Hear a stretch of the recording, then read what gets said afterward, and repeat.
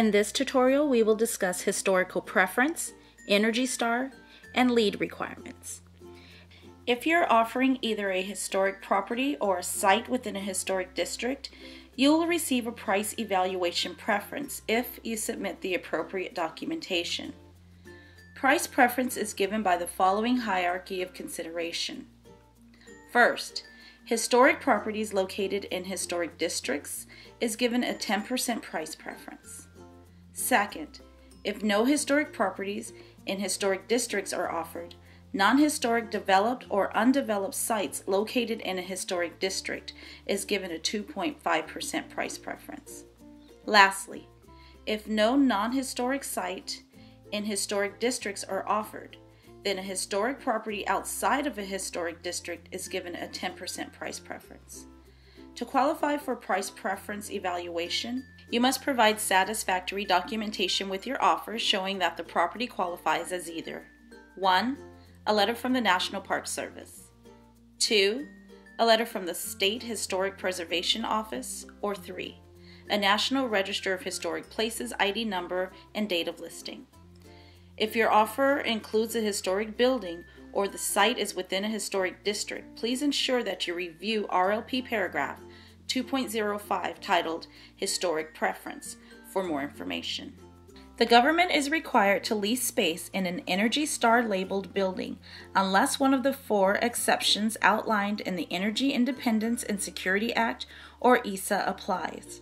In your offer, you must provide evidence that your offered building has earned the Energy Star label within the most recent year prior to the due date of the final proposal revisions. Alternatively, GSA can lease space in a building if the building does not have an Energy Star label if it meets one of the 4 exceptions. 1. That no space is offered in a building within an Energy Star label. 2. The federal agency will remain in the building it currently occupies. 3.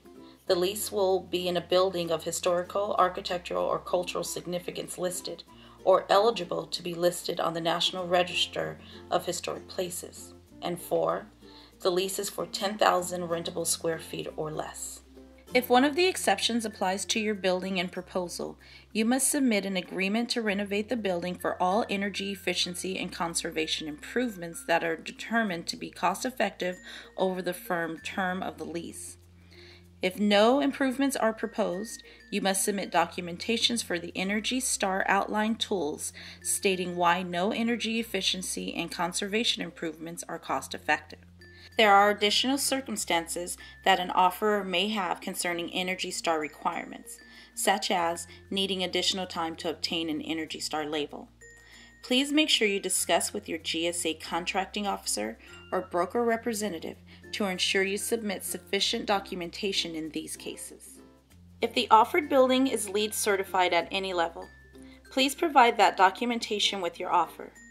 If the RLP requires space to be LEED certified, usually either a LEED Silver building for new construction or LEED CI for the space, the offeror must submit a scorecard documenting the proposed credits to meet the certified LEED requirements.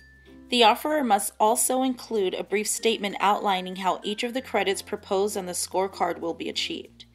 There are also certain LEED credits that the lessor must achieve, as outlined in RLP section 3.06 titled Additional Submittals. So make sure you review this paragraph thoroughly.